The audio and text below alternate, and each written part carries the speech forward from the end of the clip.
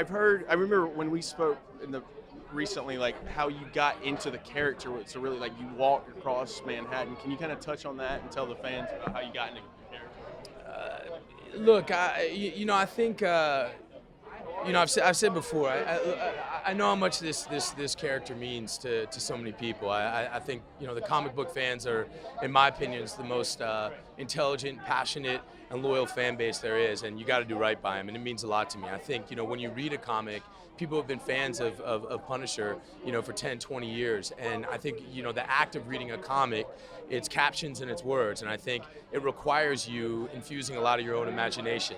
And I think, when the audience from that medium puts so much of their own imagination in, there's a real sense of ownership. I think the Punisher belongs to the fans, and I get that. For me, there's no way I could begin to tackle this role if I wasn't a father and if I wasn't a husband and if my family, my family means everything to me. I've got 3 young children and a wife that I love with all my heart, and I think until you really understand what it's like to love somebody, more than you love yourself, and willingly give your life for any of them in a heartbeat. Until you understand that, you can't begin to genuinely understand what it would be like to lose all that. And that's a very dark beginning.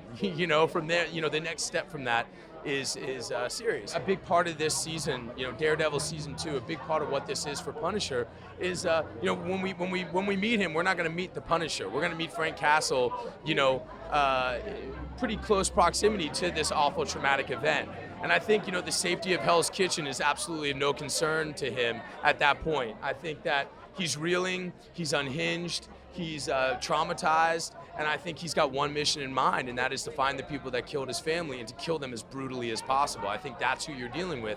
And I think through the course of the season, through his exposure to Daredevil and what Daredevil's all about, I think he'll come to some sort of personal philosophy, and I think then all of a sudden the safety and of Hell's Kitchen will start to come into mind, and doing the right thing potentially in his own Frank Castle way will come into mind. But in the beginning of the season, I don't think that's where he's at.